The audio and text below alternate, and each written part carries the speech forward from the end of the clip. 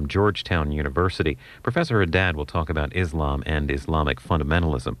Also, Juliet Kayyem from Harvard's Kennedy School of Government. She'll discuss Osama bin Laden.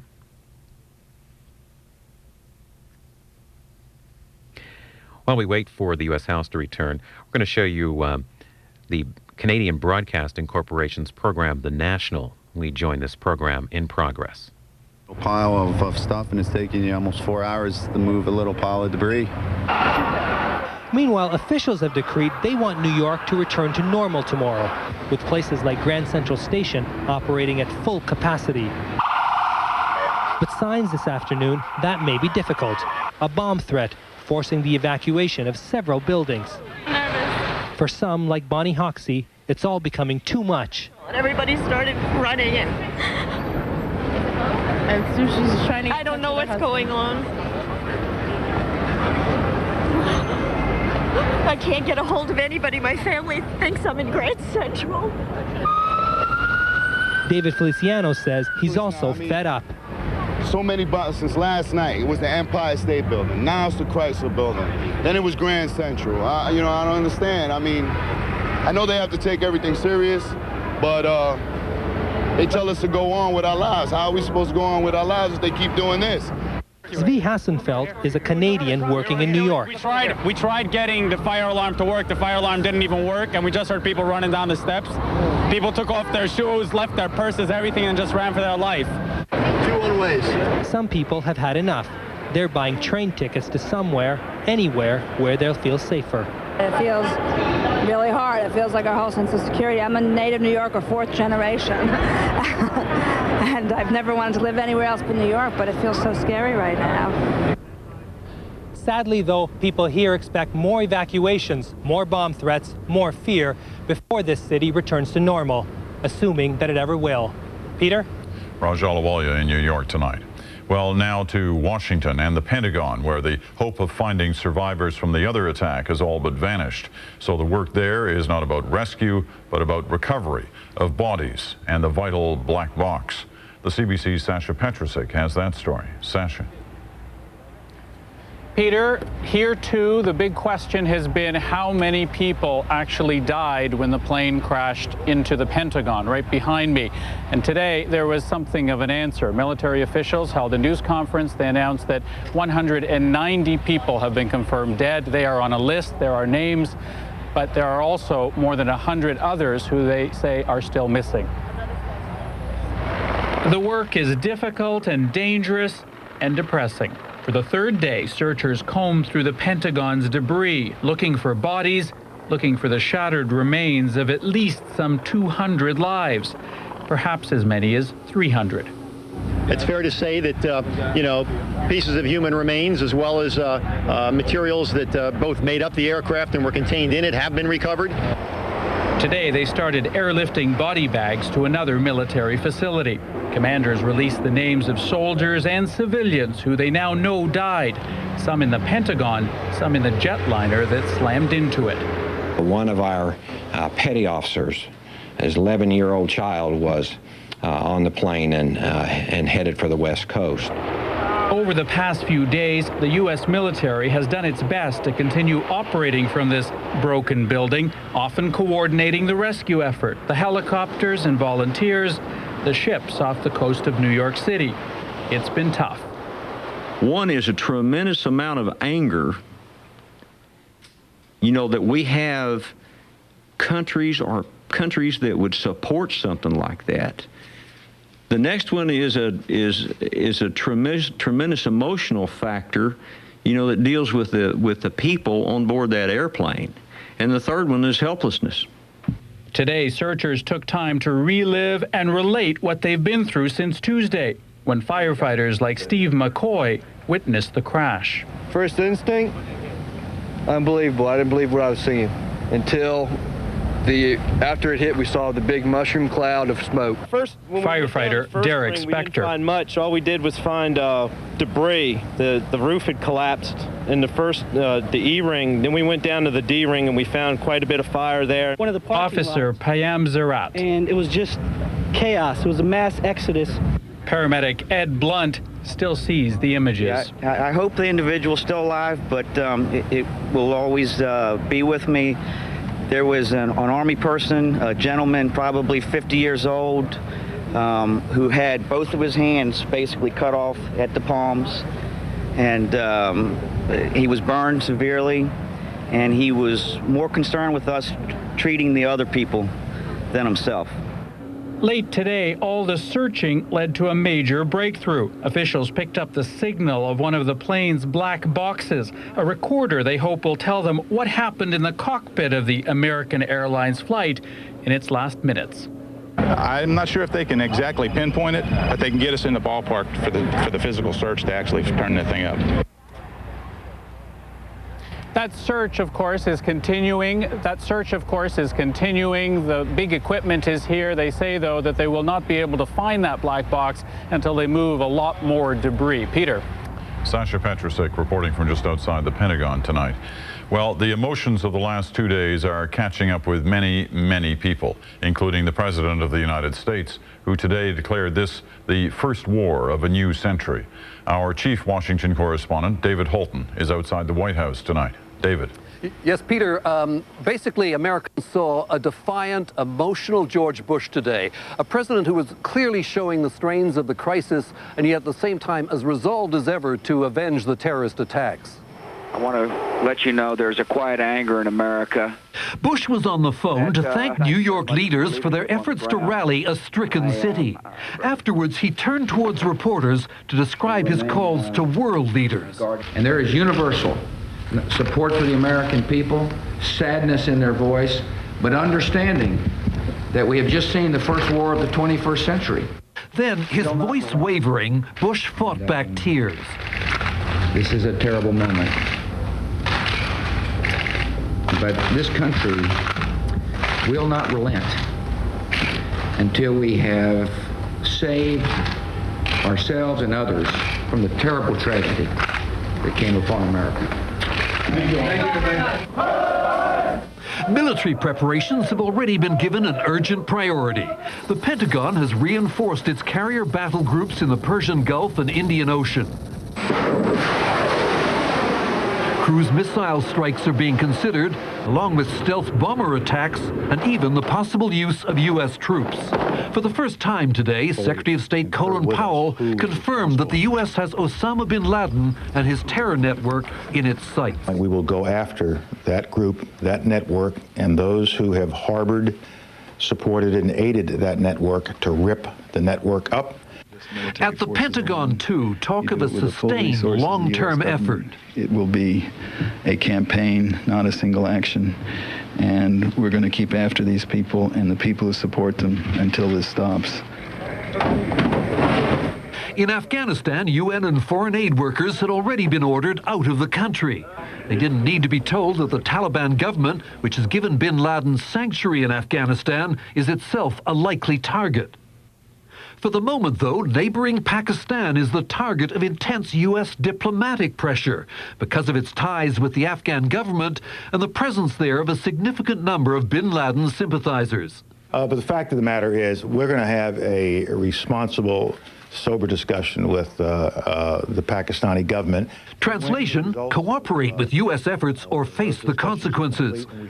Pakistan's president hinted he's got the message. I wish to assure President Bush once again and the United States government of our unstinted cooperation. But it's not clear whether the Pakistani president will agree to a long list of U.S. demands.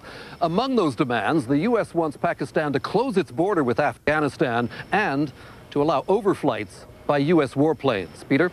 David, it seems quite striking at the kind of detail that both Bush and Powell went into about what they may be doing in the next step of all this. Well, it's very unusual to signal to the enemy in advance of a potential airstrike where your target is. So that suggested to some observers here that maybe this is a feint and that they're going to go somewhere else, but that seems highly unlikely given all the evidence pointing to bin Laden. One other thing that's happened this evening, the Vice President, Dick Cheney, has been moved up to Camp David. What's that all about?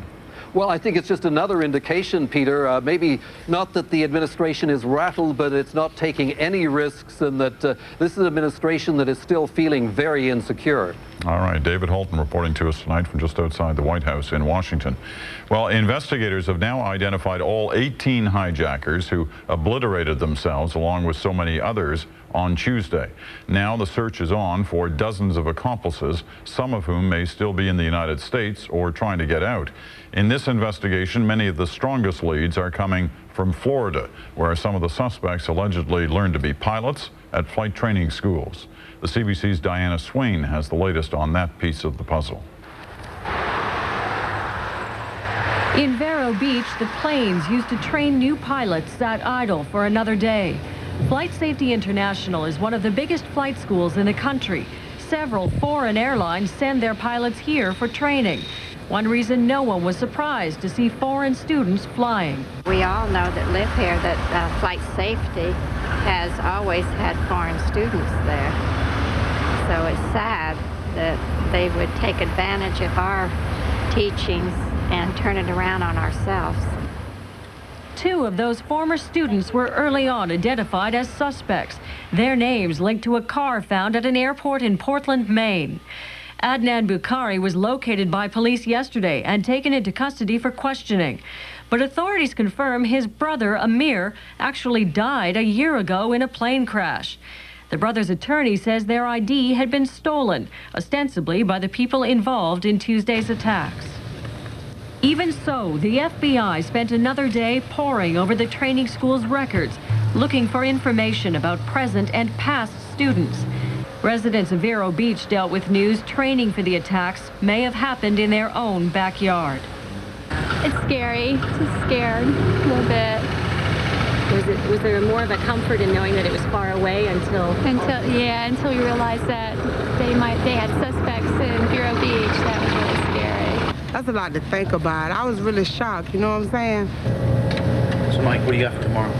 The editor of the local paper says residents have been left guessing about the role their town may have played in the attacks. The biggest trouble we're having is with the federal officials are not telling us anything yet all over our town. It seems like all over our town, actually in 3 or 4 locations, federal agents have swooped in.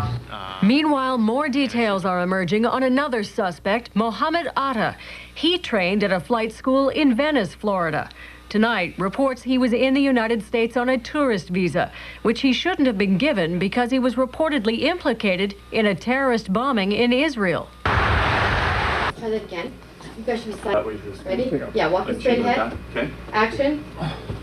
Bud! And bunk. And cut.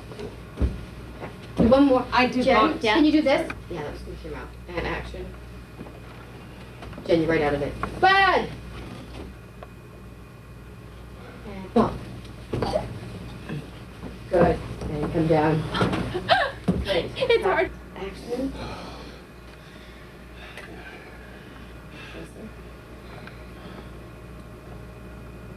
Where are the girls? What were the girls been calling it? Let's keep it less. Just less. Okay. Just simple. Sorry. Like, Okay. okay. Do it again. Good. Excellent. Oh, yeah. Hey. I feel light. I feel light. Okay. Look around. You're like, honey? Okay. Okay, go. Darling. See something? Honey? Hey. Hey. Hey. All right, go join the fun. Here they are. We'll grab your names again. Same order, just switch them. And go ahead, Steve. Steven Ziliax. Great, over. Hi, Jen Bird. Chris Bradford. Over. Beatrice Salas. Thank you. Okay, and go ahead. I am Bob. We are unfortunately having some problems with our feed from the Canadian Broadcasting Corporation's The National program. So what we're going to do is show you an event with Secretary Powell from earlier today.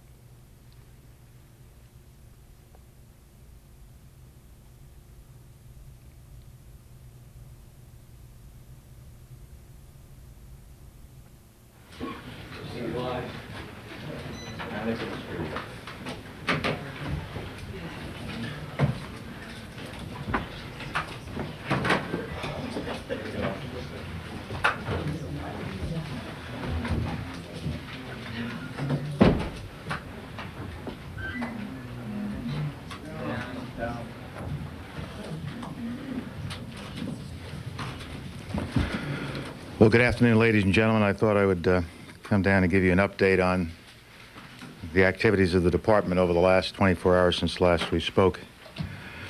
Let me begin by first expressing our regrets to other nations who have lost precious lives in this tragic occurrence on the 11th. We are focusing, of course, on Americans, but we also have seen that Great Britain thinks they've lost 100 people.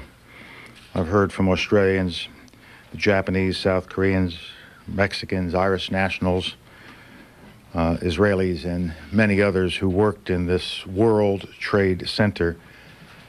And our sympathy goes to not only these victims who will be in our prayers, but our sympathies go to their families. In the last 24 hours, we have continued to work on our coalition building effort, and I'm very pleased with the results we've been able to achieve. We spoke about NATO Article 5 yesterday. The UN Security Council resolution, I think, is an especially effective resolution in that it calls on all states to participate in and expresses the UN's Security Council's determination and its readiness to take all necessary steps to respond to the September 11th attacks in accordance with the UN Charter. By that language, it gives us the ability, and any nation the ability, to put forward on the agenda for Security Council deliberation any other issues related to this attack that we might want the Security Council to take up. I'm very pleased also with the response of the European Union, with all of the other international organizations who have come forward and responded in one way or another. The President has been on the phone constantly, as have I, talking to leaders around the world, and we are getting a solid expression not only of condolences and support, but of action. They want to work with us, not only in this specific case of what happened on the 11th of September, but in response to the general recognition that terrorism is a crime against all civilization. Terrorism is a crime against all humanity. It knows no ethnic, religious, or other national or geographic boundaries, and we must see it in that context, and that's why we are calling it a war. I have also been on the phone within the last 2 hours with Prime Minister Sharon and Chairman Arafat, and with Foreign Minister Shimon Peres of Israel, trying to move forward the process of a ceasefire in the region, trying to begin those meetings that we have been talking about, which would lead to implementation of the Mitchell Plan. I'm still hopeful that something can be done in the next several days to have that first meeting, and we will be in close touch with the leaders as the next days unfold. In addition to the United Nations Security Council resolution, I mentioned the General Assembly has passed its resolution 56-1. We will be having a meeting with the Russians in the near future when Mr. Armitage, Deputy Secretary Armitage, travels to Moscow next week, and Mr. Bouster will give you an announcement on that a little later for the U.S.-Russian Working Group meeting on Afghanistan. We have been in very close touch with the Pakistani government. Deputy Secretary Armitage met with Pakistani representatives again this morning, and I expect to speak with President Musharraf in the very near future, in the next several hours, if I'm able to reach him, to discuss the situation and exchange views on the situation in the region. Our embassies are all hard at work. There have been some closures, and they go down and come back up in response to threat conditions. But our plan is to be actively engaged around the world and not let this heightened sense of tension affect our ability to do our job. And so we are encouraging all of our ambassadors to do smart things, to take all necessary safety precautions, and to make sure their security is intact, but at the same time to continue doing America's business throughout the world. I think I'll stop at that point and take your questions. Could I pursue Pakistan with you a bit? The president there has made some general statement about cooperation. What does the United States want from Pakistan? And frankly, I'm confused whether the U.S. sees Pakistan as an ally or, as the patterns of global terrorism pointed out, a place where terrorist groups get training. Or is it a mixture? We have provided to the Pakistani government a specific list of things that we think would be useful for them to work on with us. And I will be discussing that list with the President of Pakistan later this afternoon.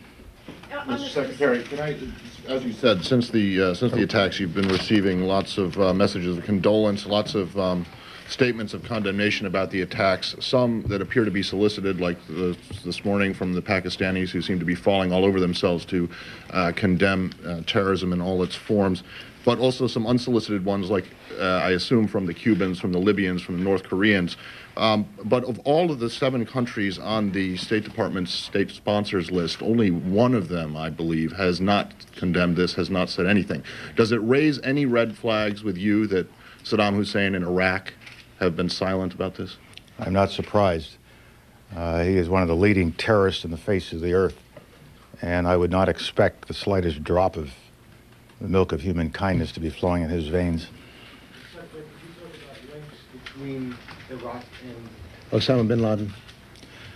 No, I would not. I would rather, if I were able to talk about such a matter, I don't think I would do it here.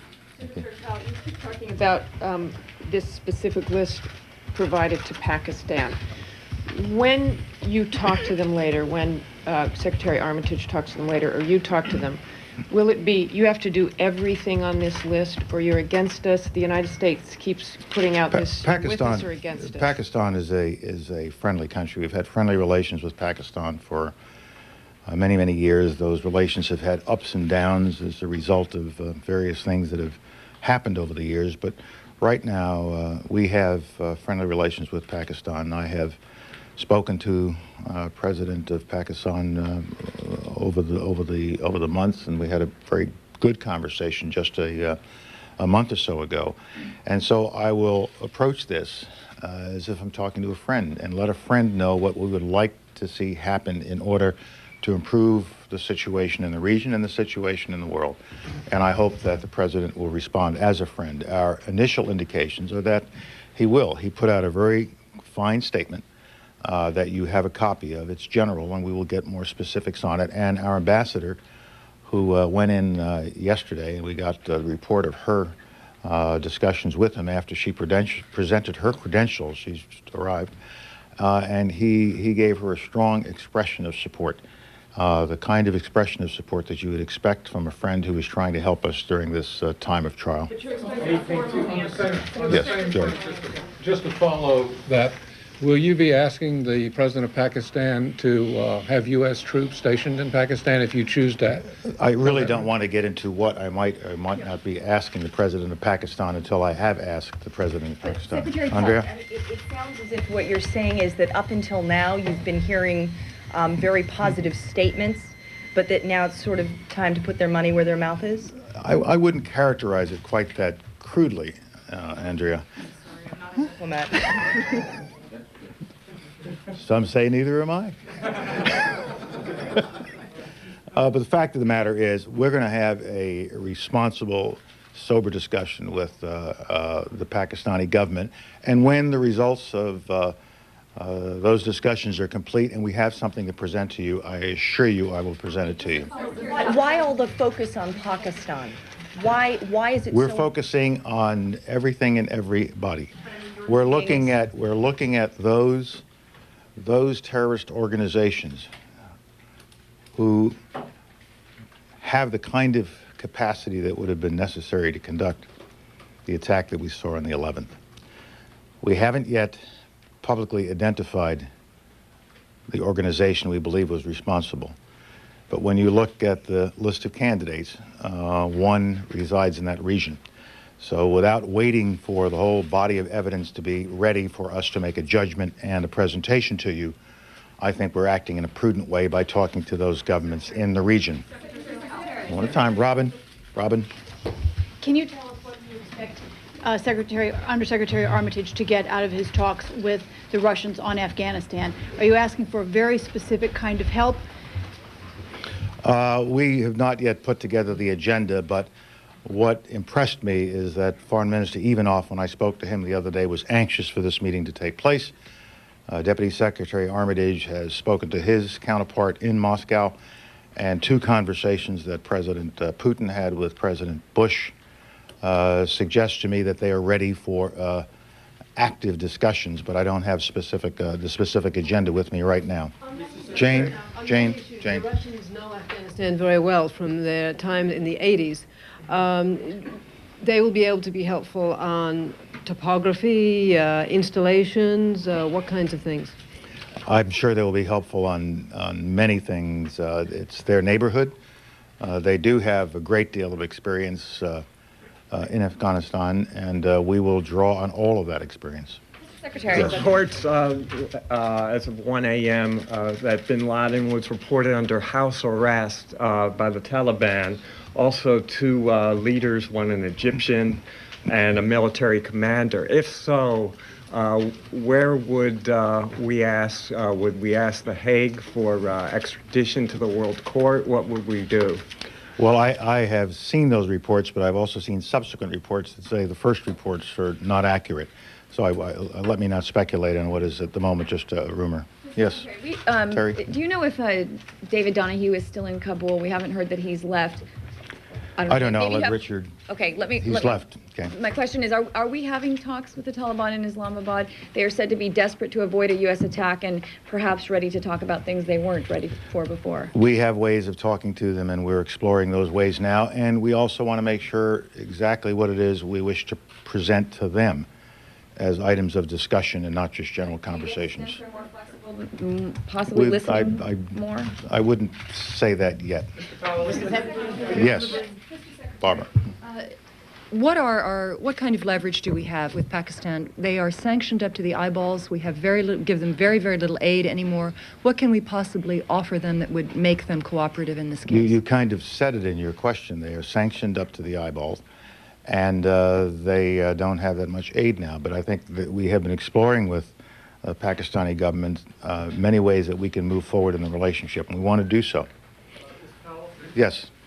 Are you delivering an ultimatum to the Taliban to deliver bin Laden or else to face the wrath of the United States? I don't think I said that. What I'm saying is that we are assembling the evidence that will tell us in a way that the world will fully concur with us who was responsible for this. And when we have done that, we will announce it. And at that point, we will go after that group, that network, and those who have harbored, supported, and aided that network to rip the network up. And when we're through with that network, we will continue with a global assault against terrorism in general. Okay, let me... The list for Pakistan, does it include only requests for assistance in terrorism to rip up this network that you're talking about, or does it go broader than that? I would rather not characterize or comment on the list until we have had a chance to discuss it with the Pakistani government in detail, all the way in the back. Mr. Secretary, just for the record, when you spoke of the candidate who resides in that region, were you speaking of Osama bin Laden? Yes. Could you answer the question about Iran? We've hopscotched all around. There are 2 significant factors here. As of January, there were several, if not more than a dozen, Shia Saudis training in aircraft and piloting down in Florida. Osama is a Sunni and not a Shia. He has no attachments to Iran, and Iran has a close attachment to possible attachment to the El Khobar bombing, as you know. Are we barking up the wrong tree here? We're barking up every tree that's out there. We're going to find the right tree with respect to what happened on the 11th of September. But we also recognize that there are other groups out there that mean us no good, that have conducted attacks previously against U.S. personnel, U.S. interests, and our allies. And the point we've been trying to make over the last several days is, with the severity of this tragedy in Washington and New York against America. We now have to use this tragedy and respond to those and take care of those who are responsible for it. But at the same time, we should see this in a broader sense, that this is a horrible blight on the civilized world. And so we will also be focusing on other organizations, terrorist organizations, who go after us, our citizens, our interests, and allies. Yes. You spoke about building a coalition, and you talk about tools such as the NATO Article 5 and the UN resolution. Are you speaking about war in a legal sense? Are you ready to declare war on this candidate, Osama bin Laden, or another candidate? And are you expecting these organizations to join you, much as you did during the Gulf War, in such a war? And are you worried that using the language of war would carry with it specific guidelines as per war that you're not willing or able to follow? I am speaking about war. The president is speaking about war as a way of focusing the energy of America and the energy of the international community against this kind of activity. And war, in some cases, may be military action, but can also be economic action, political action, diplomatic action, and financial actions. All sorts of things can be used to prosecute a campaign, to prosecute a war. And we will be looking at every tool that we have, every weapon that we have to go after terrorism and to go after these specific organizations. And in building a coalition of the kind we're building now, and it's not that it'll be a new organization, but between the UN and between the EU and NATO and a number of other organizations that Richard can give you a list of who have come forward, we will not do it in such a way that if the United States feels a need to act alone, by itself, we will not be constrained by the fact that we're working with others as well. But at the same time, because we are working with others, there may well come along specific things that can be done by all of us together. I think we all can agree that these kinds of organizations should be isolated financially, legally, in terms of getting into safe haven countries. So there are many things we can do together. There may be some things that the United States has to do alone, and we will always reserve the right to do that. Yes. You all have, several people in the administration have talked about the need for an increase in intelligence. Can you say whether this Bureau will become more involved in the collection of intelligence? This Bureau? This building. This building? Your building. Yes, I mean, we are, in a sense, one of the major accumulators of information in the national security community through our representation around the world. And we will hopefully do everything we can to enhance our ability to collect and to analyze information through our INR Bureau, working as I think a very, very important member of the overall intelligence community within Washington. Yes. That gentleman right there. Yes, Mr. Secretary. Among the options that I understand the administration is considering are ground forces, special operations forces going into Afghanistan if it's proven that they are responsible. The other thing that I had heard was that on the table is the use of tactical nuclear weapons. Are they on the table, Mr. Secretary? I have no idea where you're getting this kind of speculation from. I've never heard any such discussion. Mr. Secretary, how does the United States draw the line between the sort of heavy, massive retaliation that many Americans seem to want on the one hand versus wanton excessive destruction and the killing of innocents on the other? And has, in this case, has this development, this terrorist act, created a situation where the U.S. concern about collateral damage has now gone down? We always have to be concerned about collateral damage because we don't want to kill innocent civilians in the prosecution of any of our combat operations. I won't speculate on what kind of military actions might or might not be appropriate in the future, but we will always try to do all of our military actions while minimizing collateral damage. The kind of organizations that conduct these terrorist activities make for difficult targets. It is not as if you are going after an army in the field or you're trying to destroy cities or fixed installations. They're also a thinking enemy. They know what they've done, they know when they're going to do it, and they know what consequences might be coming back in their direction. So you have to consider you're dealing with a very, very skilled, knowledgeable, thinking enemy. And we just have to think better than them, think faster than them, and be cleverer than them in order to respond in a sensible way with all of the weapons at our disposal. And one of those weapons is military force used in an appropriate way. It's not so much the size of whatever military response you might have, but does it do the job? Does it get to the heart of the problem? The president has made it clear that he doesn't see that this is going to be resolved with one single act, but it is a long-term campaign, which is why we are characterizing it as a war, if not in the technically legal sense of war, but in a sense that the American people understand, the people of the world understand. Let's see, who have there? Okay, thank you. Yeah. Mr. Secretary, in this new initiative against terrorism, can you specifically say how U.S. counterterrorism policy has changed from last week? As you know, we have a number of multilateral agreements already on terrorism. How is it going to change? We have quite a number of multilateral agreements. We're looking at some of them right away for the purpose of upgrading them, for putting new energy and resources into them. And so I would say what has changed is everything is the 11th of September. When we see what really can happen if we don't get on this problem. We will recover from this. We'll be a stronger nation, a resilient nation, a determined nation.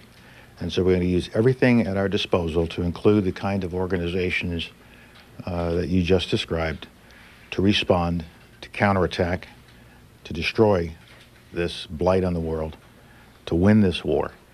And we will come up with new policies, we'll come up with new procedures, we'll come up with new organizations, we'll come up with whatever it takes to prevail in this conflict, as the President has said. Thank you.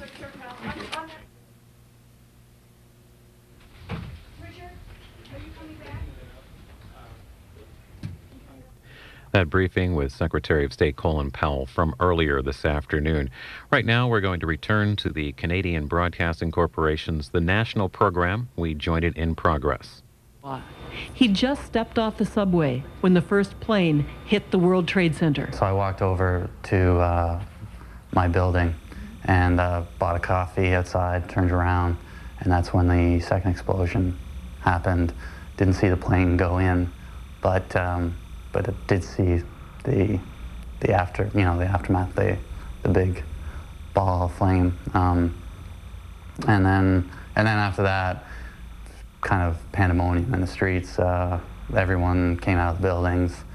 At that point, they had evacuated our building, and people were just sort of standing around watching in shock. And then we all thought, well, is this Armageddon or something? And then when the first tower collapsed, I mean, it was like a bomb had hit. I mean, it was really, really loud, shook the whole building. And then the cloud of smoke, smoke and debris and concrete and who knows what, was approaching. It was pretty scary. People were screaming in the building, not really sure of how far it was going to come. Now, I think it settled probably right at the base of where we were. Still, it was something that you wish you never see. Late this afternoon, Richard Lee was finally able to buy a bus ticket to Toronto. More than anything, he needs to go home. Even though, like his friends, he says he intends to return to his life in New York. For The National, I'm Leslie McKinnon in New York. As we mentioned, U.S. Secretary of State Colin Powell confirmed what many others have been saying today, that fugitive Saudi millionaire Osama bin Laden is a prime suspect in Tuesday's horrific attacks on the United States. But who is he, and what makes the mention of his name cause such anxiety? The CBC's Carol Off has this look at Osama bin Laden. The United States now believes this man is the source of their horror of the past 3 days. Osama bin Laden, a 46-year-old university-educated heir to a Saudi Arabian construction company fortune, the symbol of America's pain and anger, and yet more myth than man. There's a mythical Osama bin Laden and then a historical Osama bin Laden, and the two are very different people. The mythical Osama bin Laden is a great war hero that almost single-handedly drove the Soviet army out of Afghanistan and then turned his evil genius on the United States. The reality is that Osama bin Laden was a Saudi multimillionaire that came into Pakistan, did good works, generally spent most of his efforts on building orphanages and homes for widows of martyrs and in some construction projects, and did very little in the war. But he has become the North Star, the metaphor for every aggrieved Muslim man in the world. When the Soviet Union invaded Afghanistan, the Islamic world was in shock. Thousands of Muslim men joined the war as freedom fighters. Bin Laden brought his own wealth to the cause. So did the United States, contributing about $3 billion over 10 years. The CIA helped to make the Mujahideen, but then had no need for them once the war was over. Everybody that became a holy warrior cut their teeth on the jihad in Afghanistan. The Soviets invaded in 1979, and volunteers like Osama bin Laden began to pitch up there within 2 or 3 years in Pakistan. Then an interesting phenomenon occurred. Many of the Arab governments throughout the Gulf and North Africa literally emptied their prisons of their bad boy population and sent them off to Pakistan and Afghanistan to take part in the war and hopefully never come back. What happened was that the war against the Soviets was won, and these people by 1989, 1990 were simply available to perhaps bring their own brand of activism back to their own home countries, and there was no readiness to accept them back home. So they turned out to be 15,000, 20,000 disgruntled Islamic males in their 20s and 30s that were wandering the world, and there weren't many places they could go beyond Afghanistan and perhaps at that time Sudan. The Gulf War in 1991 gave a new focus to bin Laden and his followers. The target became the United States of America, the very country that had helped to create them, but now called the #1 enemy of Islam. And I think he sees the United States as corrupting Islam, and he sees the regimes like the government in Saudi Arabia that support the United States, that work with the United States. He sees them as apostates, as sort of violating basic principles of Islam. So, I mean, his Islamic beliefs are a core part of this this anti-American ideology. Osama bin Laden's holy war became quite focused in the 1990s. In the name of Allah, he told his followers it was the duty of all Muslims to kill Americans and their allies, and his soldiers launched a reign of terror. Bin Laden is accused of playing a role in numerous attacks on Americans. The World Trade Center bombing in 1993, bombs outside U.S. embassies in Kenya and Tanzania, more than 200 civilians killed.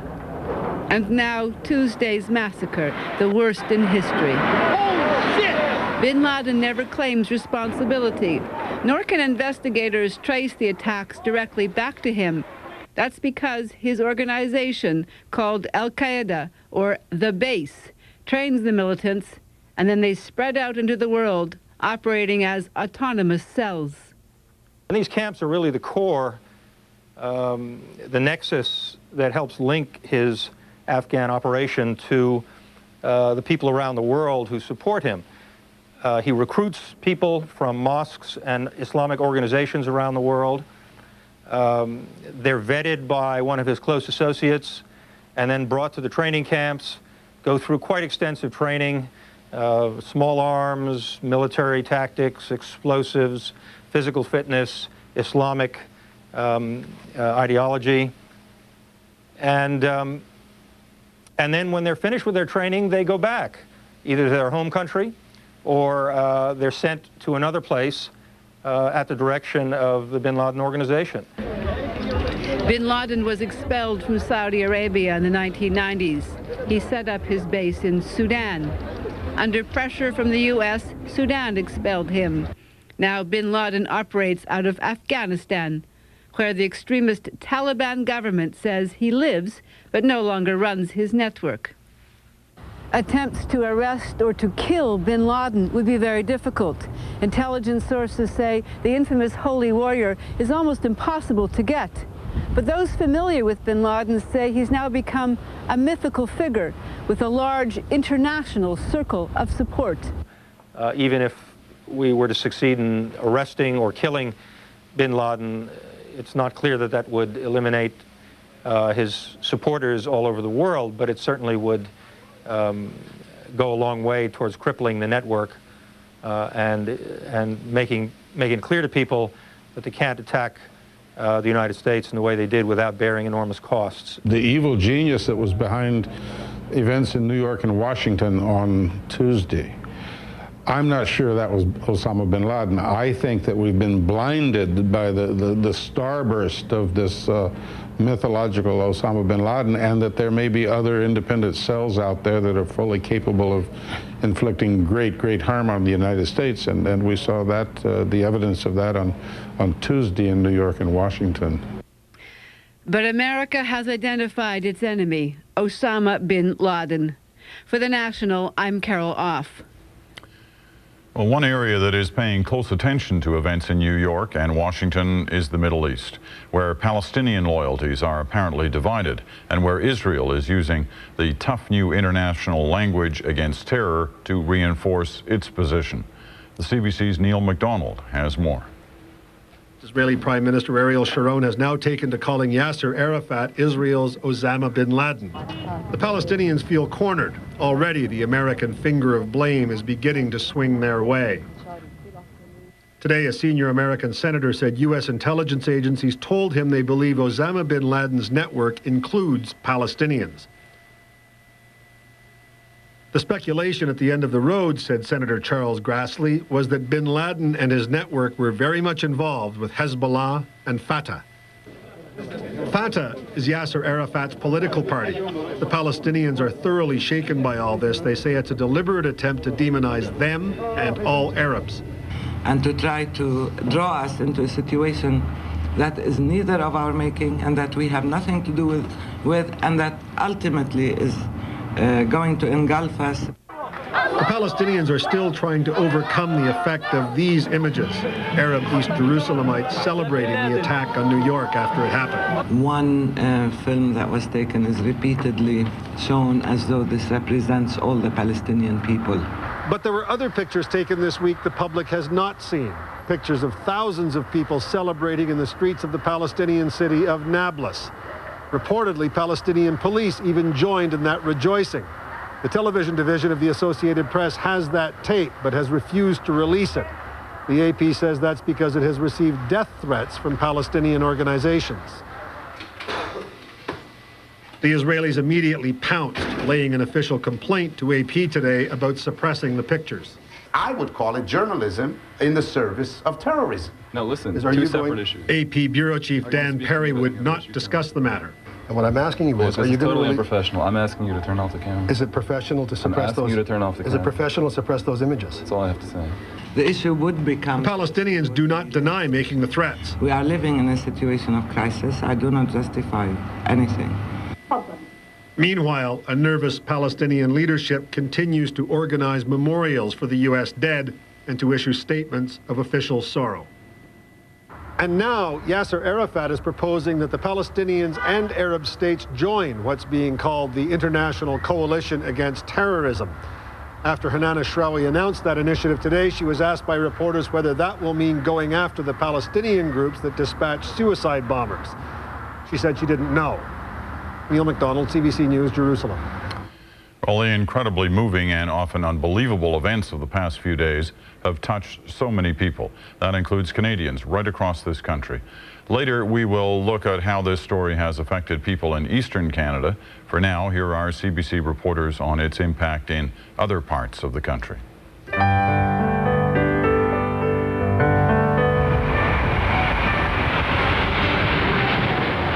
That's where these passengers would like to be.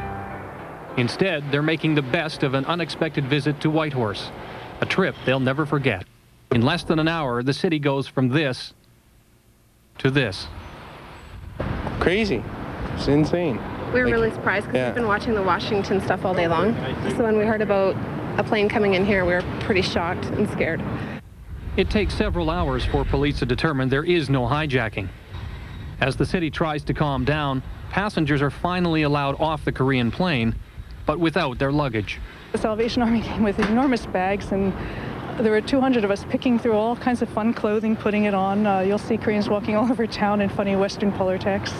Very happy. The passengers returned to the airport this morning, still wearing their donated clothes and still wondering when they'll be able to leave.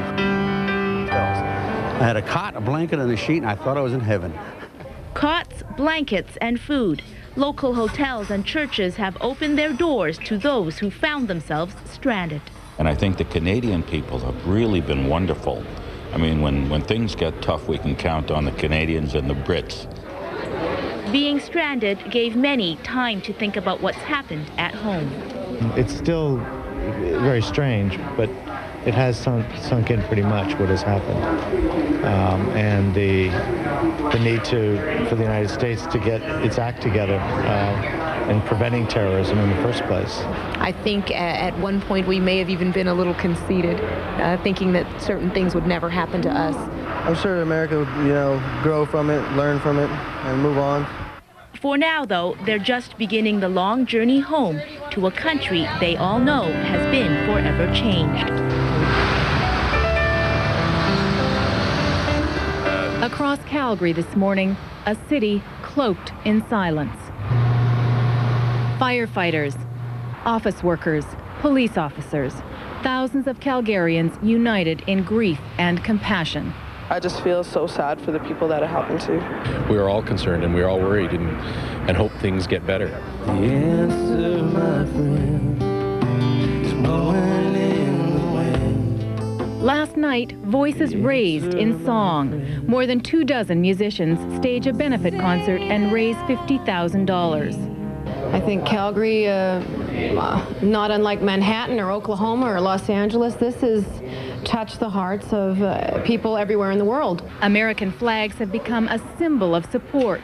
Sales in some stores have tripled. They want to grieve. They want to make a statement. They just want to do something. We're all part of it. They don't stand alone. We're all with them.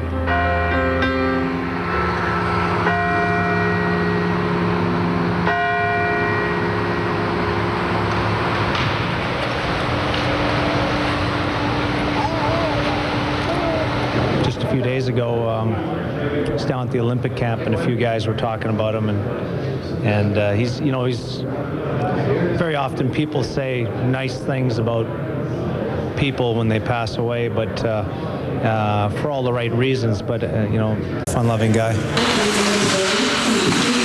Actually, one guy that I grew up with that didn't make it, and it's obviously a tough time, and I think it's a good moment for the entire world, the country, to take a little moment and think about what's happened. I was thinking of all the ones that have died and their families that are with them are still here, and I wish everyone that was in that building, and I know are now in heaven. Where else could they be?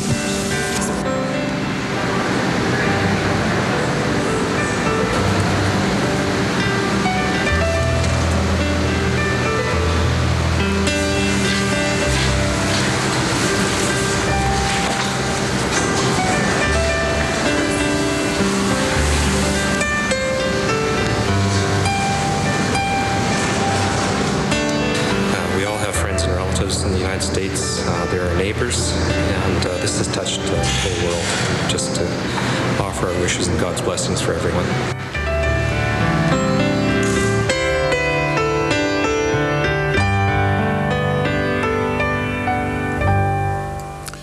CBC News will stay on this story through the days ahead. News World will be on the air right through the night tonight, and we will have live coverage of tomorrow's national ceremony of remembrance on Parliament Hill. That's at 12 Eastern Time on both the main network and News World. I'm Peter Mansbridge. Attack on the USA. George W. Bush declares war. Rescue teams continue their fight against a mountain of rubble and time, as family members desperately search for their missing loved ones. This is a special extended edition of The National. Good evening, I'm Peter Mansbridge. George W. Bush calls it the first war of the 21st century, a war against terrorism, a war the United States is determined to win. On another dramatic day, here's what happened. Officials in New York City confirm nearly 5,000 people are missing in the wreckage of the World Trade Center. Canada's Department of Foreign Affairs says more than 100 Canadians may have been caught in the attacks. The black box has been recovered from the airliner that crashed near Pittsburgh. The FBI says they've identified all 18 suspected hijackers. And more reaction from around the world. Signs of respect, deference, and overwhelming sadness. Well, over the next hour, we'll bring you up to date on all those developments, but we begin in New York, a city of sorrow, where the initial disbelief is slowly giving way to reality. The horror was made more real today when the city's mayor released new figures of the estimated toll of this tragedy. The CBC's Lynn Robson joins us from New York with the latest tonight. Lynn. Peter, the numbers are sobering and shocking. After 3 days, about 6,000 tons of debris have been removed from the World Trade Center site. About 5,000 people are believed to be dead or missing, and only about 20 people are believed to have been rescued. They've been digging through this mountain of dust, death, and destruction for 3 days. Emergency workers are hungry for good news, so hungry that when 2 firefighters were reported alive pulled from the wreckage, they ran to see what they thought was a miracle. And it was the greatest feeling. It was made everybody was just cheering. But it turned out to be a mistake. The survivors had not been lost when the Trade Center collapsed on Tuesday. They'd simply lost their way this morning and became trapped in the rubble. Robbed of their reward, emergency crews went back to digging. Among them, 3 firefighters from Brampton, Ontario, stunned by the devastation they've seen. You're looking at about 20 fire trucks there that are squashed. They're squished, like next to nothing. It's unbelievable. Unbelievable could also describe the traffic today. But then in New York, that's normal. And normal is something New Yorkers yearn for. Well, reaching normal to me is driving down the street and watching people walking with their dogs and animals. There's a lot that looks normal here. Windows get washed, most stores and offices are open, and most of the kids headed back to school today. But the veneer of normalcy is pretty thin. Here's a scene played out too often today. Bomb scares at the Port Authority. Oh my God, it's too shaking. It's too shaking. Bomb scare. And more bomb alerts at the Chelsea Piers and later at Grand Central Station.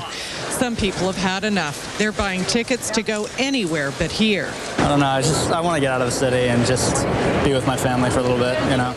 New Yorkers crave normalcy, but they feel vulnerable and nervous. And when Americans feel nervous, they buy flags, lots of them. And people who own even larger flags feel compelled to hang them in front of their building. I guess under the circumstances, I just think it's a good time to show your patriotism. I mean, I guess, you know, there's a certain secure feeling you get from it. Searching for security in very insecure times. The mayor promises that tomorrow things will become a bit more normal.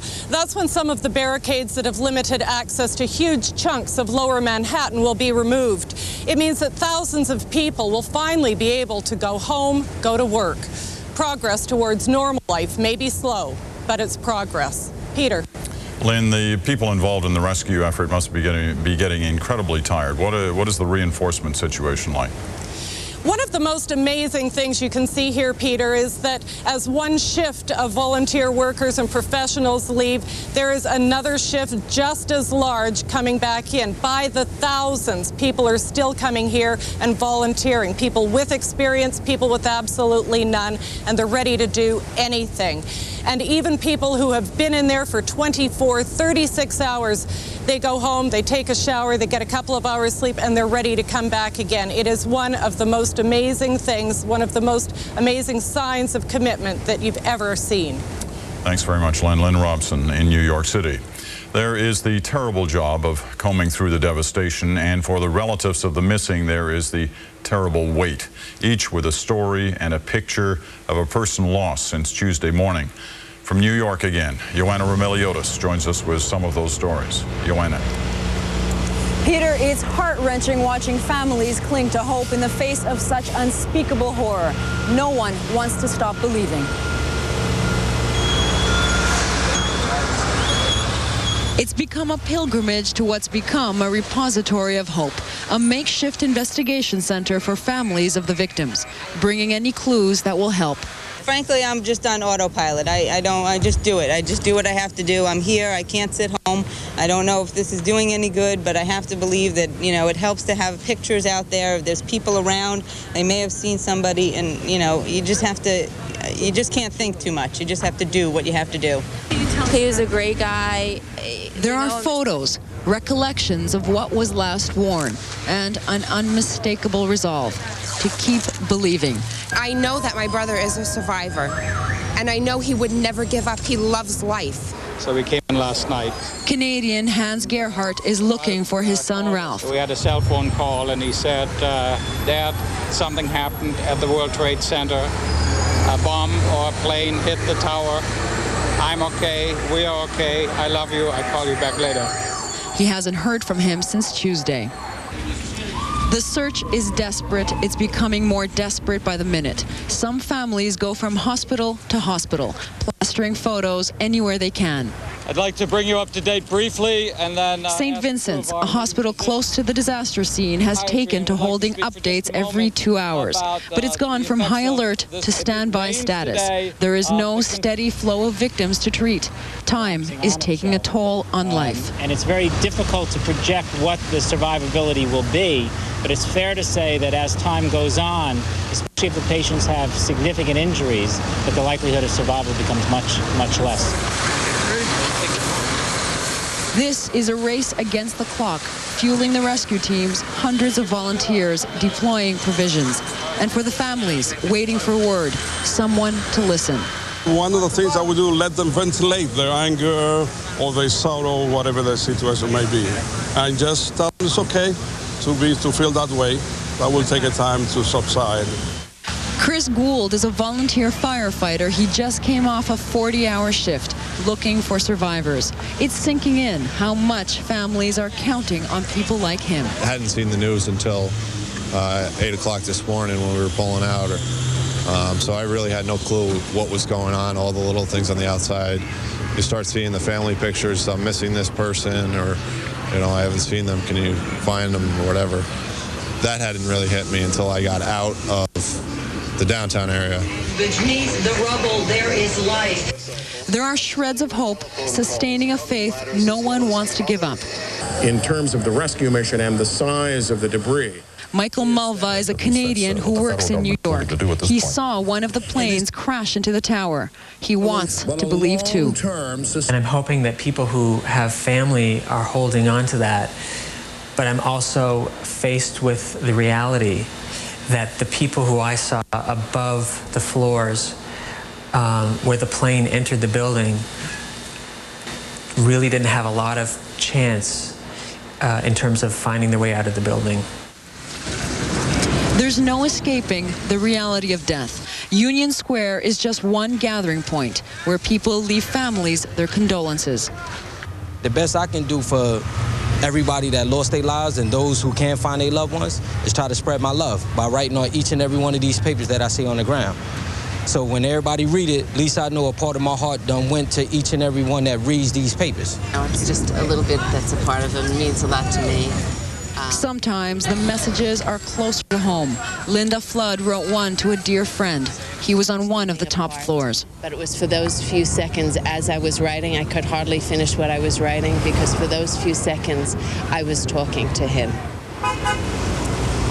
People here are living a nightmare that just won't end. And for those who still believe, it's become a torturous waiting game, a struggle to hold on to hope as every critical hour slips by. Peter? Thanks very much, Joanna. Joanna Rouleau-Otis in New York City tonight. Well, from New York to Washington, the other site of another major attack on Tuesday. That was where the other hijacked aircraft slammed into the Pentagon building. And at this hour, outside the Pentagon, the CBC's Sasha Petrusik is standing by. Sasha, a lot of activity at the Pentagon tonight. The normal recovery operations be going on all along, but seem to be flames leaping out of the Pentagon building just a short time ago.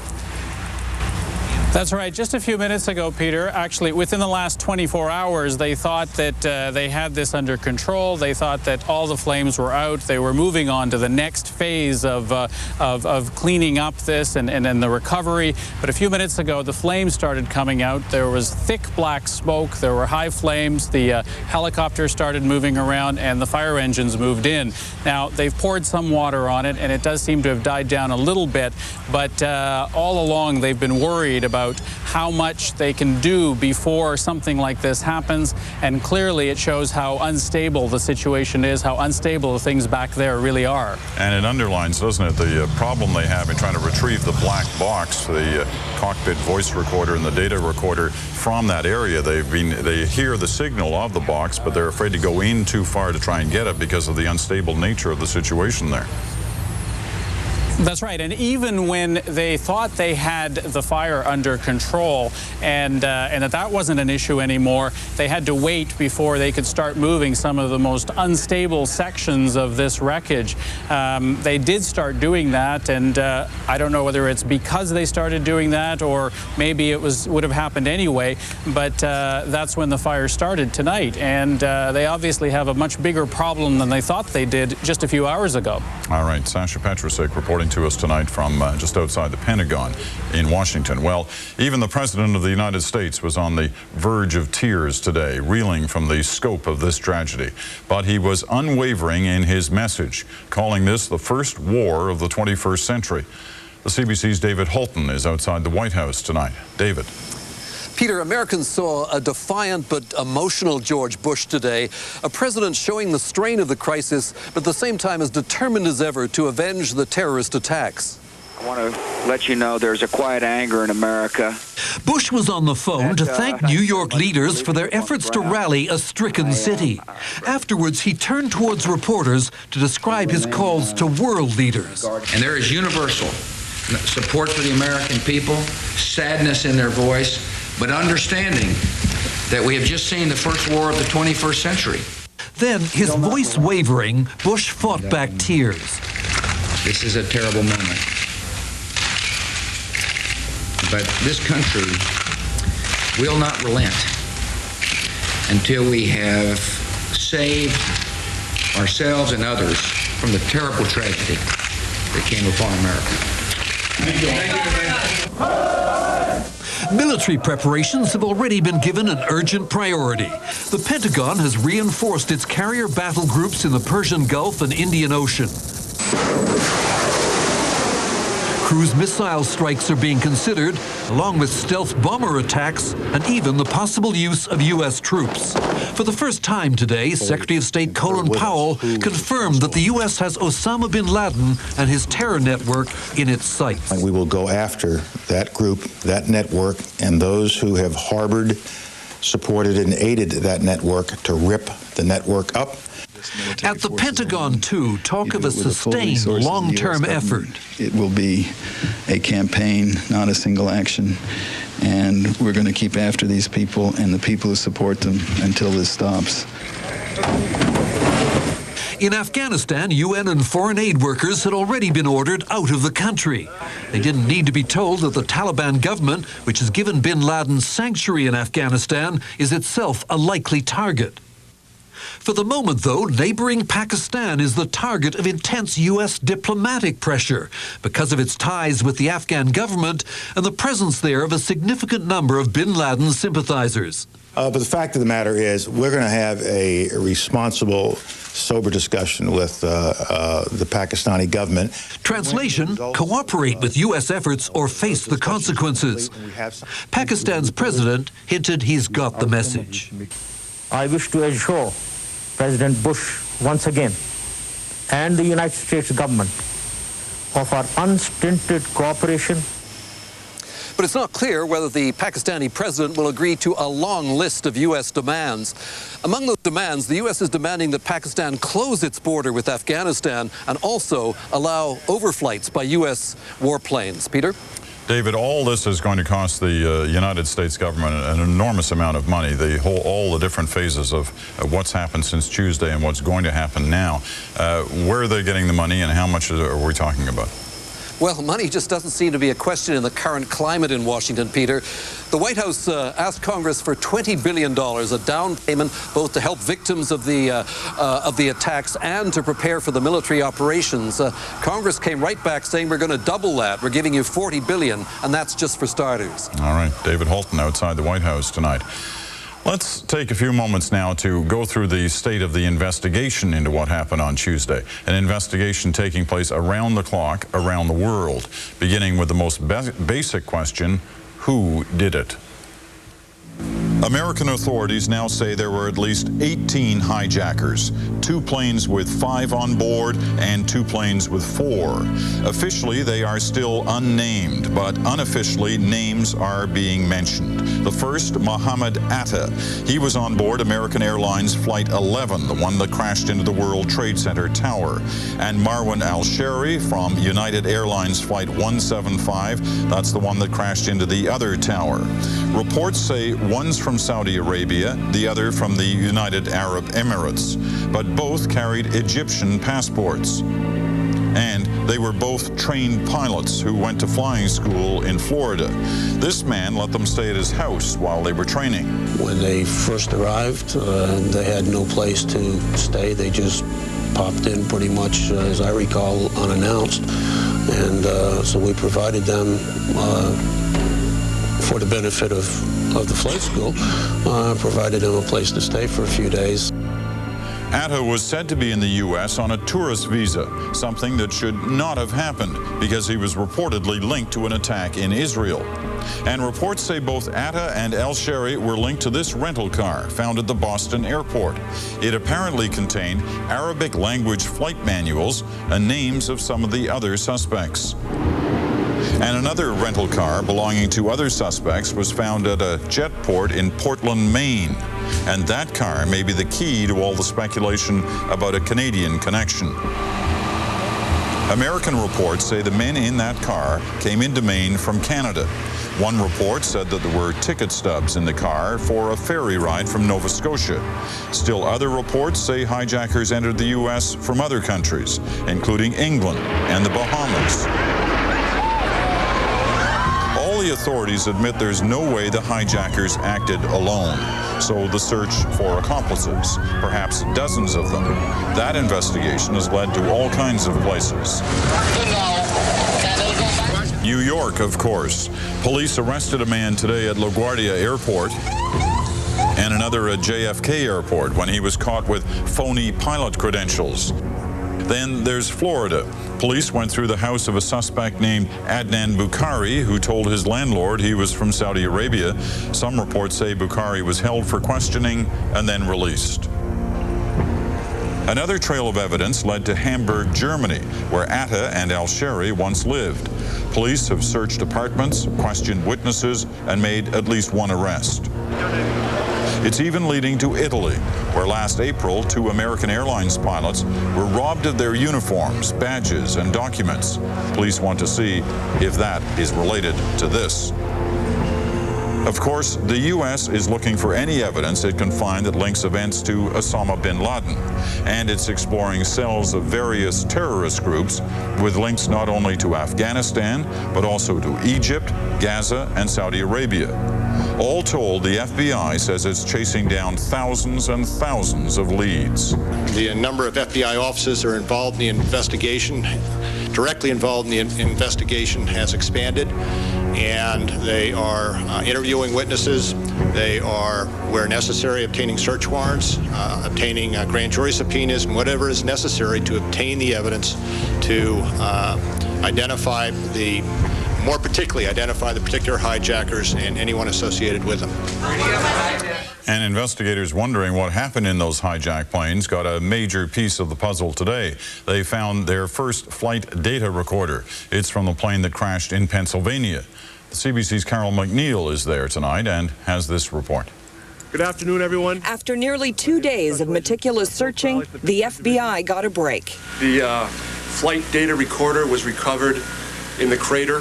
In the 30 by 50-foot hole where United Airlines Flight 93 came crashing down on Tuesday morning. The flight data recorder is important because it will tell them how the plane was behaving before the crash. But very important to this investigation is the cockpit voice recorder. It's kept in the same part of the plane near the tail, but so far there's no sign of it. The flight data is on its way to the National Transportation Safety Board in Washington, where they will immediately start analyzing its contents. The recorder isn't the only thing investigators have found. Fragments of human remains have been recovered, and they have been brought here. Before Tuesday, this was the local armories. Now it's the local morgue. A special team of dentists, anthropologists, and forensic scientists will gather, analyze, and try to identify each person on the plane. It's hard to put in words that we really feel very badly about what happened, but on the other hand, we have a job to do for the families to attempt to identify as much as we can, and so we have to act professionally and do the best job that we can. The FBI made another announcement today, which is somewhat overshadowed by the recovery of the flight data recorder. At this morning's press conference, they would not rule out military involvement in the crash of Flight 93. Have you ruled out the possibility it was shot down? No, we have not. We have not ruled out that. We haven't ruled out anything yet.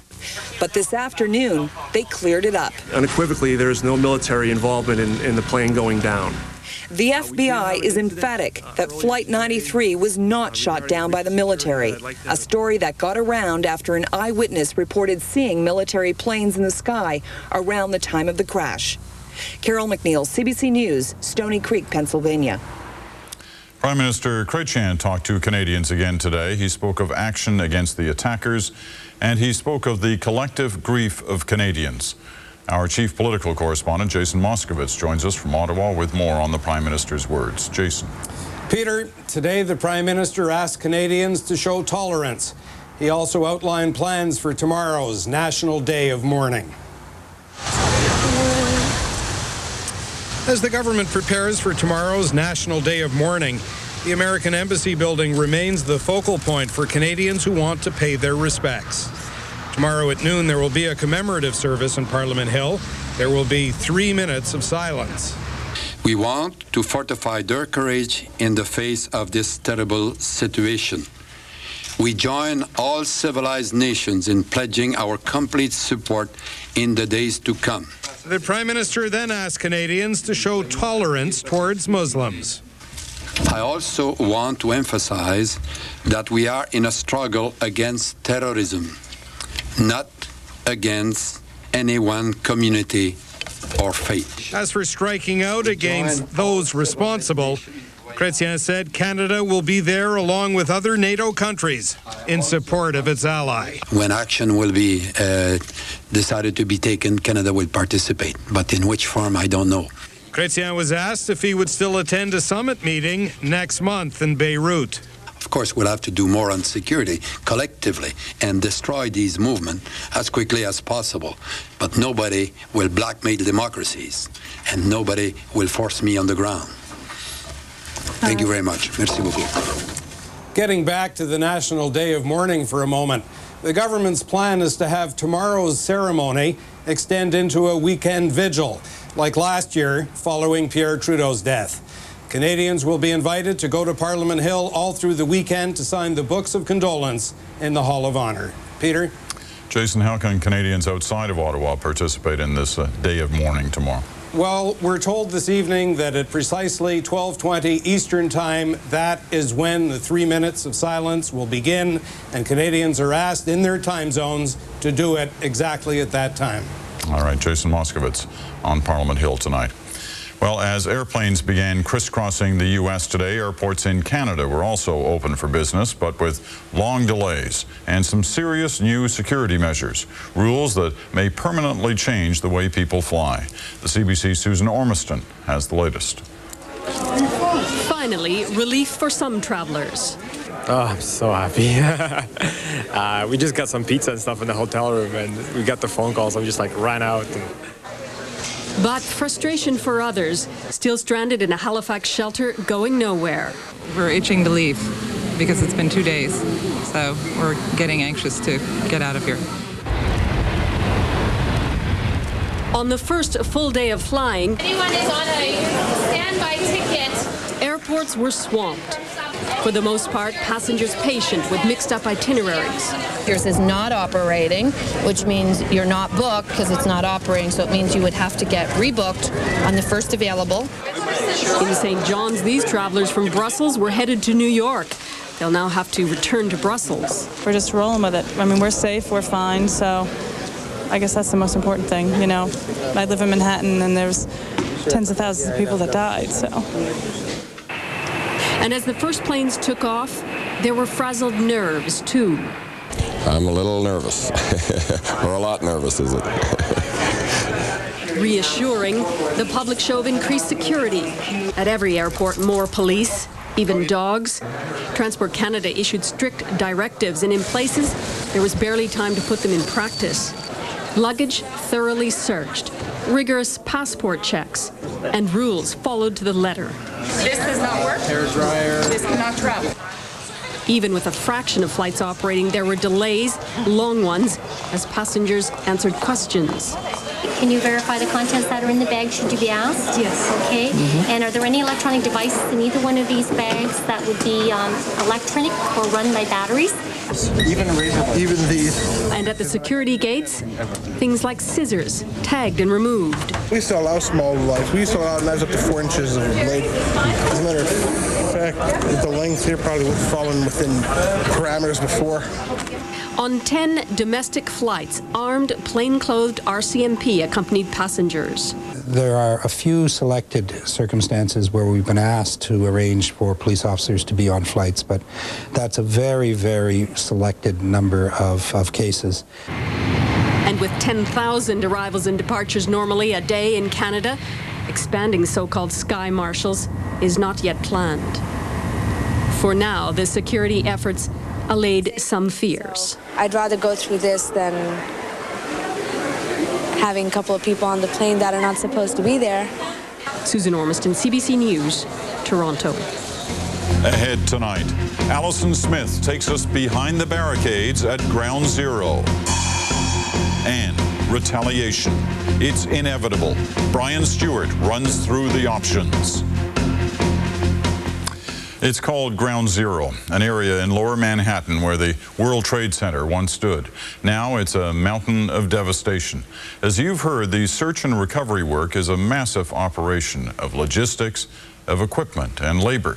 The nerve center is a few blocks away, and that's where the national senior correspondent Allison Smith went today. With each day, with each passing hour, the enormity of the work ahead is becoming stark, terrible reality. A smoldering, shifting, rumbling pile marks the battleground in a war that's barely begun. This is Ground Zero. Just a few blocks from the twisted, horrible mountain of devastation, a grim city has come to life, as if to defy the worst act of terrorism in the history of the United States. Even here, the smoke is acrid. You can feel the grit and ash on your skin and clothes, and you can see the force of determination. There is strong purpose in the march of hundreds upon hundreds of rescue workers and volunteers who've been called to serve. President George Bush has described this horror as an act of war, and these legions are ready to fight back. Never surrender. A long day, a long morning. The city streets are the trenches of lower Manhattan. Troop after troop is gearing up to go in again and again. We lost a lot of guys. Everybody here knows at least half a dozen guys dead, at least. So, but it won't stop us. After a little sleep, New Jersey firefighter Jim King is back for more. Whether it be carpenters, plumbers, union guys, everybody's here to help, and that's what it's about. There's no boundary, state boundary, or municipality. You know what I'm saying? Everything. These firefighters came all the way from Brampton, Ontario, for a fight on a scale they can hardly believe. Well, we haven't seen anything like any airplanes, like we've seen parts of airplanes, but there's, you're looking at about 20 fire trucks there that are squashed. They're squished, like next to nothing. It's unbelievable. Each new wave of workers spells some relief. The shifts are long, physically hard. But this is not just a physical grind. There's an excruciating emotional toll. In rare moments of rest, the images of what they've seen seem to play in their minds. You're seeing debris. You're seeing bodies. You're seeing fires that keep popping up and going down. But you see hope. That's what I look at when I see. I see hope that we can pull people out that are still alive and bring them back to their families. And people who aren't able to make it, people who died, still bring their families together with them. It's that hope that keeps them going back in, keeps drawing eager new recruits who can't understand why this morning they've been turned back, at least for now. Their frustration at being turned away boils up into anger.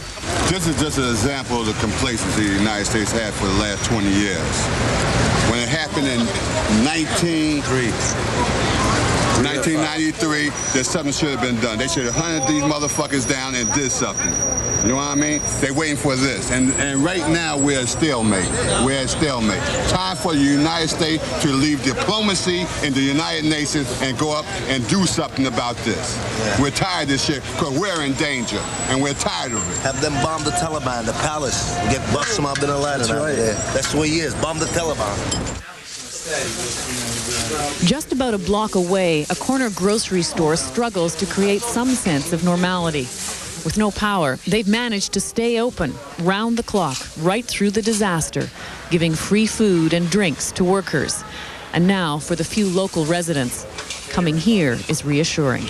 I'm pleasantly surprised there's anything left, you know, because I'm a natural hoarder anyway, but I guess we're not worried about running out of food as much as running out of a place to be safe. Just outside, a crowd is gathering. There's a rumor that yet another building is about to come down. And so they wait to witness yet another devastating event in their city's history. Start at that red building with the painting on it, right? That sign, whatever it is, painted on it? Yeah. One behind that, it's the one behind that. The one that's the sort third building, and the one, it's obvious. You look at the way the buildings are lined up, it's tilting out. that building's going down. Where are you staying? But this afternoon, that moment never comes. For now, the building still stands. There's danger in the buildings that remain standing, in the ruin that's being sorted shovelful by shovelful. So in the grinding hours of rescue work, there's elation when these rescue workers were freed after being trapped for just a few hours. Beautiful. God bless you. Say your families. God bless you, man. Your family's blessed. That news and rumors of more came to the street. 5 firefighters found alive. 2 walked away. All right. Were you there? No, I heard it. I was not there. But they're alive and there's hope. Water. There you go. 5 firefighters found alive. 2 walked away. I gotta get my cigarettes. Excuse me. He got the numbers wrong, but still, it's those moments that give a boost to the battle weary. And as daylight fades, give them what it takes to put off sleep, to give another long night to the fight. For The National, I'm Allison Smith in New York.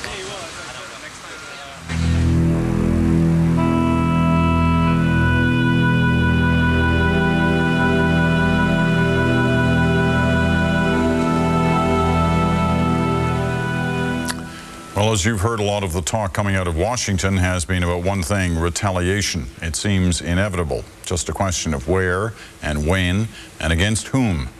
Senior correspondent Brian Stewart now with a closer look at the options. The United States has struck back before after terrorist bombings, such as the 1998 destruction of its embassies in Kenya and Tanzania.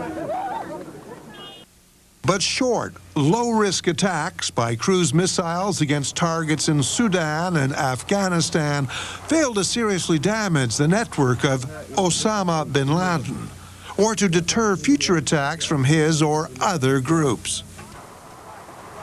Poor intelligence, lone attacks without allies, so-called short, sharp attacks all brought more world ridicule than results.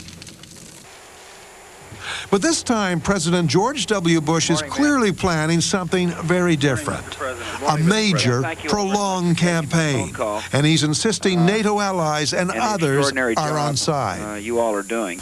I've been on the phone this morning, just like I was yesterday, and we'll be on this afternoon on the phone with leaders from around the world who express their solidarity with this nation's intention to rout out and to whip terrorism. But if American planning now depends on strong support, how firm really is NATO's resolve? Military analyst Gwynne Dyer thinks NATO has no choice. If they didn't get a serious allied response, that's the end of NATO. This really matters to the United States. The United States in NATO has basically been doing other people's dirty work for 50 years. Now they want payback. And if they don't get it from the Europeans, and indeed from Canada, even if it's only token forces, then forget NATO. I mean, we paid our dues for 50 years. Where's the service? Another key question: would the U.S. public, so anxious to avoid military casualties in recent conflicts, support high-risk operations? Now that this has happened on American soil and they've taken thousands of deaths, my sense is that American public opinion has completely moved. That there is now the willingness to accept significant casualties if you can go after the right people. A large overseas military operation on the ground is, again, a possibility. The rules have changed. The safety catch is off. A problem for military planners is deciding just what kind of campaign to plan for, or even where to act. Is bin Laden even the target, or is it a nation? Intelligence about terrorist groups and their state backers is notoriously weak. The potential area of operations is vast. Military planners have to look at possible strikes at terrorist bases in Iraq, Afghanistan, possibly even parts of Pakistan. It's a massive undertaking requiring good intelligence, so hard to get, and above all, help from allies. As of tonight, the U.S. has 2 carriers and a sizable fleet in the region, and aircraft at neighboring bases.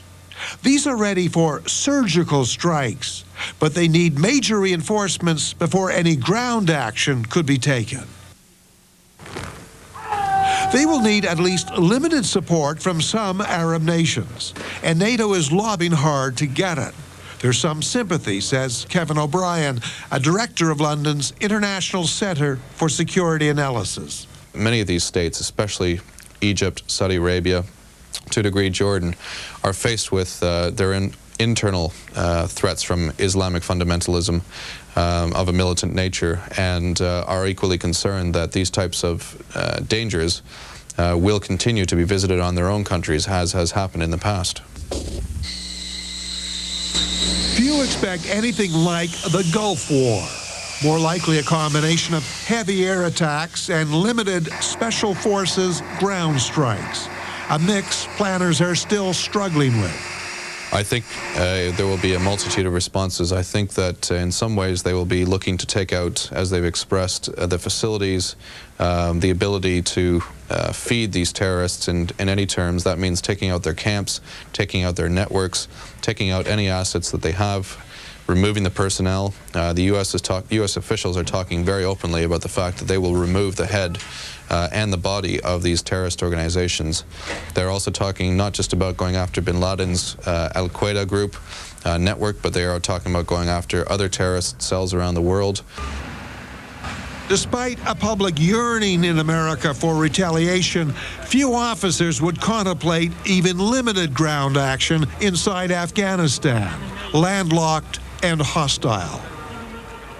Well, they beat the British Empire at its height in the 19th century when the British invaded, and then they beat the Soviet Empire at its height in the late 20th century when they invaded. Those hills swallow armies up.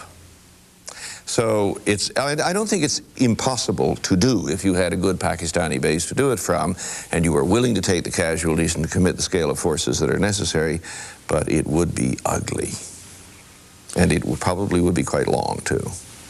There may be airstrikes in coming weeks, but U.S. officials seem determined to move more cautiously than first expected, as the complexities of fighting an often phantom enemy sink in.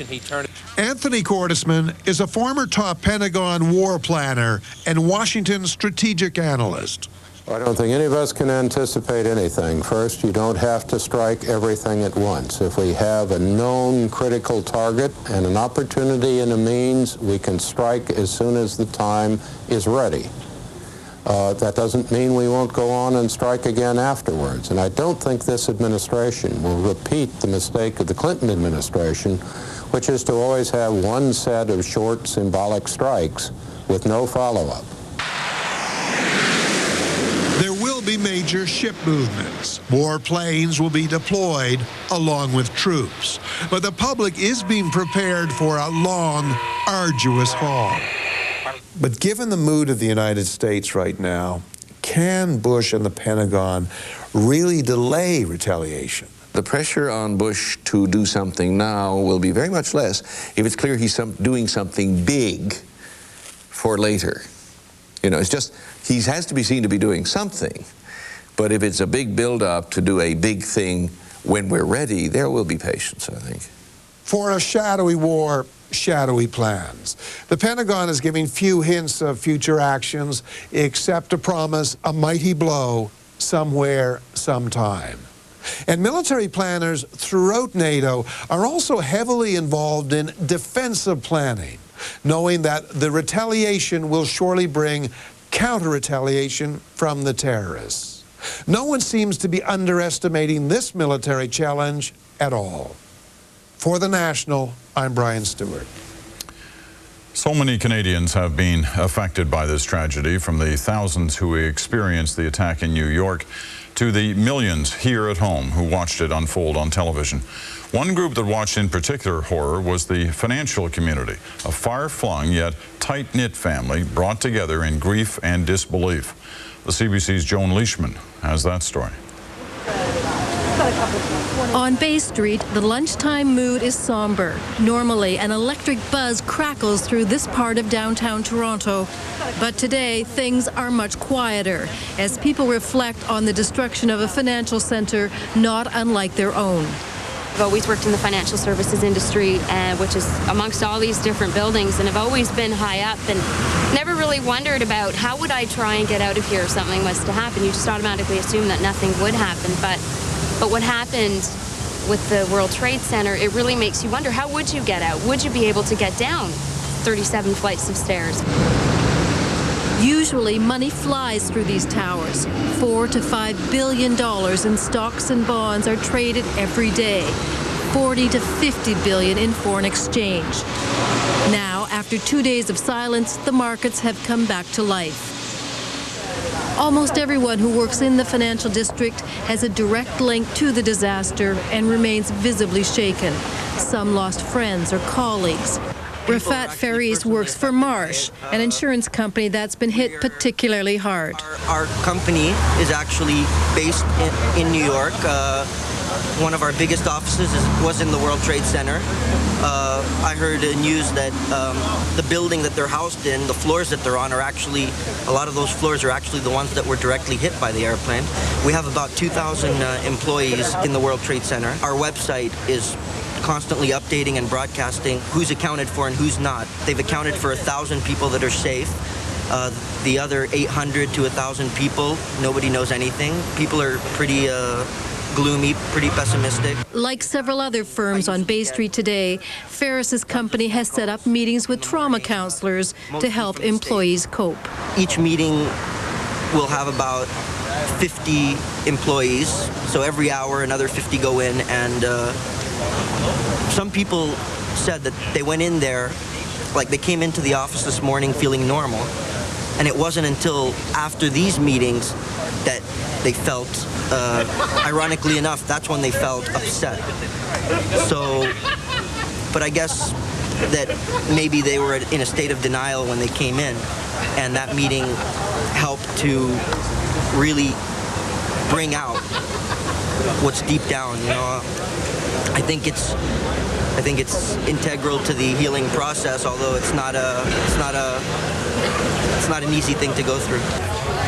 Here on the floor of Nesbitt Burns, traders and brokers are trying to get back to business as usual, and trading is surprisingly good despite the last few harrowing days. Sherry Cooper is chief economist at Nesbitt Burns and perhaps Canada's best-known financial commentator. My door was closed and I was writing when someone burst into my office and said the World Trade Center has been hit, and we turned on the television and we watched, of course, the second plane come through the tower, and then watched as the Pentagon was hit, and we were aghast. What went through your mind watching those financial institutions just being knocked out? Well, I was crying, and I was worried about my family. I'm American. My son's in Boston. My mother's in Philadelphia. My sister's in Baltimore. Many friends and family members in New York. And I panic. Phone rang, my sister was screaming. Phone rang again, my mom was crying. I tried to call my son, the lines were down. I emailed my son, and ultimately he got back to me about 3 o'clock in the afternoon. And then I started, I came down to the trading floor, and we were all standing and staring at the screens. And a particularly horrifying thing happened to all of us here. At about 9:15 on Tuesday morning, one of my colleagues here received an email from one of our colleagues on the floor, who was our managing director of Agency Futures, who was in New York on a business trip. And the email said that he was on the 105th floor of the World Trade Center visiting Cantor Fitzgerald. Please help. And we've not heard from him since. Our colleague David is, he's 31 years old. His wife is 7 months pregnant. They have a 2-year-old. His family is devastated. We're all devastated. The floor will never be the same. How the markets react over the next few days and weeks is critical.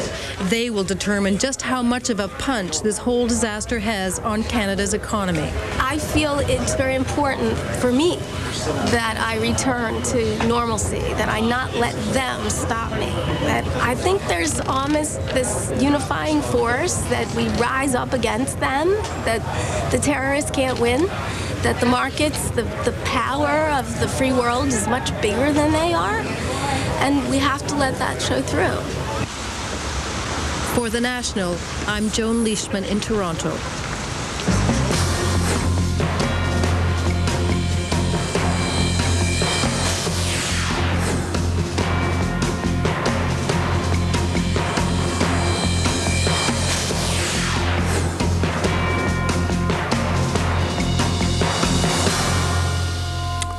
The attacks devastated more than just buildings. They devastated entire families. American Edmund Glazer died on the first plane that crashed into the World Trade Center. Glazer left behind a wife and a young son in the United States. He also left behind grieving relatives in Canada. Dan Bjarnason visited them tonight. He brings us their heartbreaking story. When the doomed American Airlines Flight 11 flew to disaster Tuesday, it was not America alone that reeled in agony in the opening chapter of the day's horror. The seismic shock of what happened has surged outward, reaching into homes beyond the United States. On board Flight 11 was Edmund Glazer, a 41-year-old business executive from Wellesley, Massachusetts. In this Toronto suburb, normally thoughts would be of the start next week of the Jewish New Year, a happy occasion. But this year, as friends and family drop in, it's a time of heartbreak. When Edmund Glazer was lost in Flight 11, Danya Sandler lost an uncle, as did Jody Sandler. Alan Glazer was Edmund's brother. He lives in New York City, ironically only a few kilometers from where Edmund died. And then there's Lily Glazer, steeling herself at this most terrible time to comprehend the incomprehensible. A son is gone. When the news first came, my heart sank, and I just couldn't comprehend that anything like that could happen. You know, if a person is sick and they pass away, one can accept it. But when it happens suddenly like this, it's always a terrible shock. Why did it happen? How could it have happened? It's just a bad dream. It's impossible. He's so alive, Edmund. He was a special character. He was such a nice person. Well, my husband, I said, you know, it's not possible. I can't believe it. And I was absolutely stunned.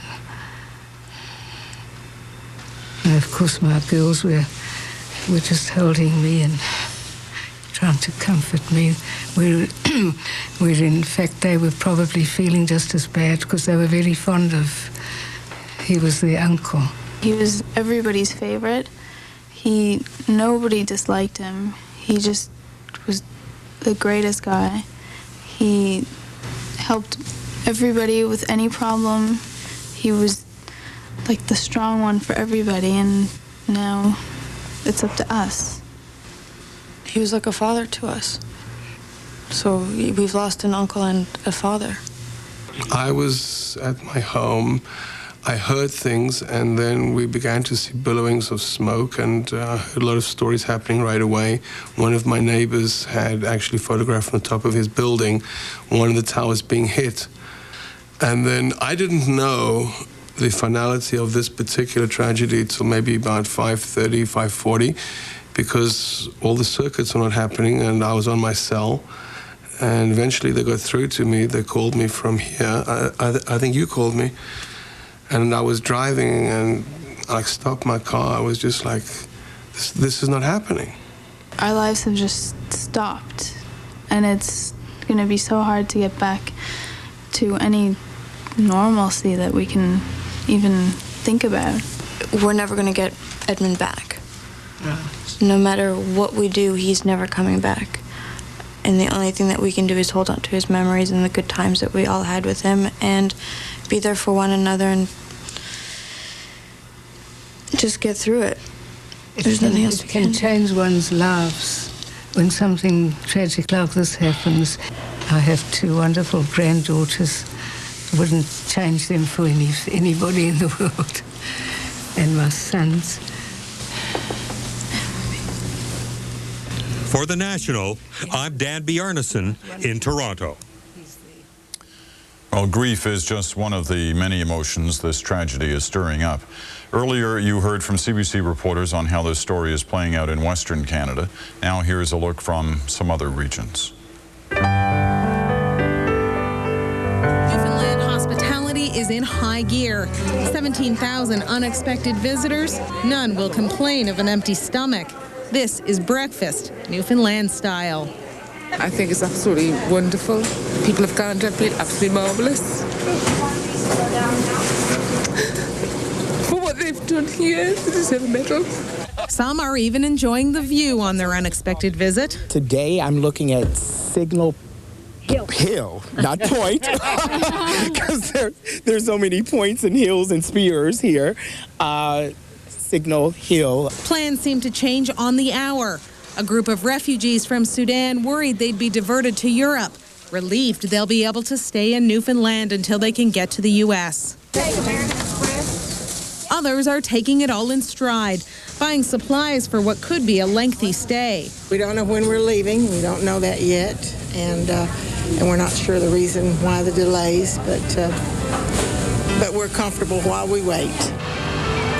When the almost 1,300 American passengers on this cruise ship dropped anchor in Charlottetown Harbor this morning, they were greeted by flags flying half-mast and words of comfort from islanders. If there's any place we could be, we're glad to be in Canada.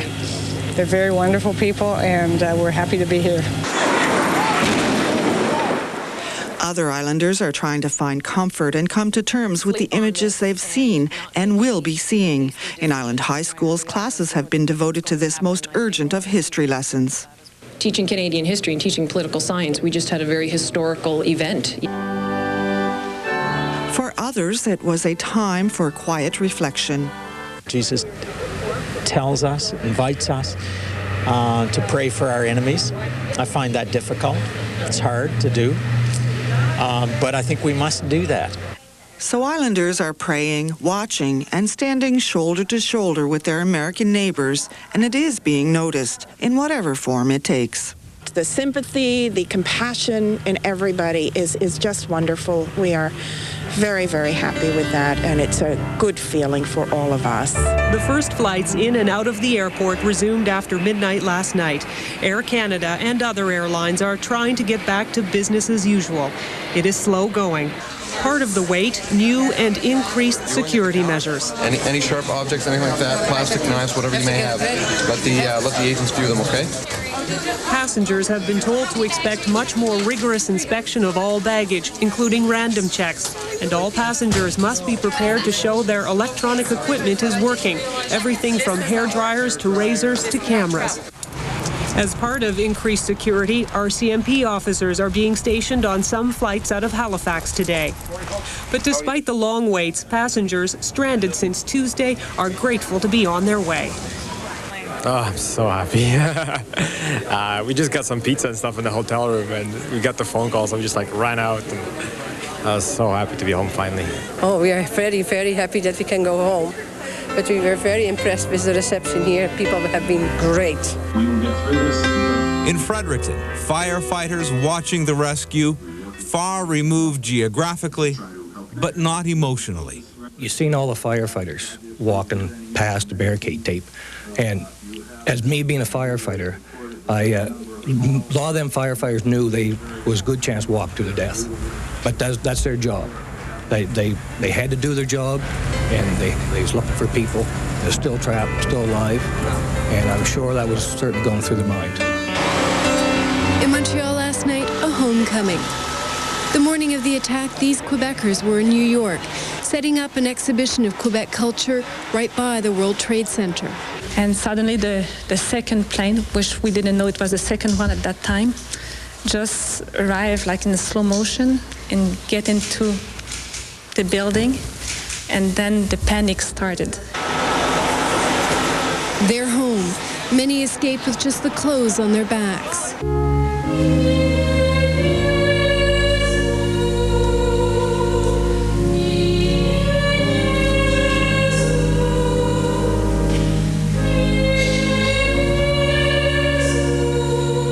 Americans living in Quebec City gather to mourn lives lost.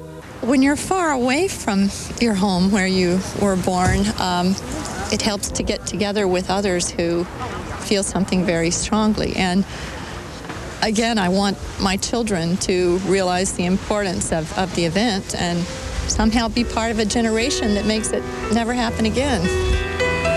Thousands of blooms, hundreds of wishes, all left outside the American consulate by Canadians and Americans alike. Overwhelmed. There can be this kind of hatred in the world. Kelly McElray and Neil Ketchen stopped by on their way to work to pay their respects. Senseless. Senseless. Makes no sense at all. It's heartbreaking. I'm upset by the whole thing.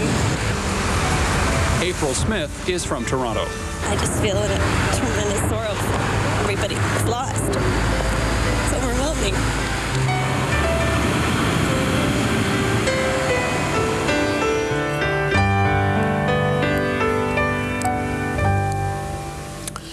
A reminder that CBC News will have live coverage of tomorrow's national ceremony of remembrance on Parliament Hill.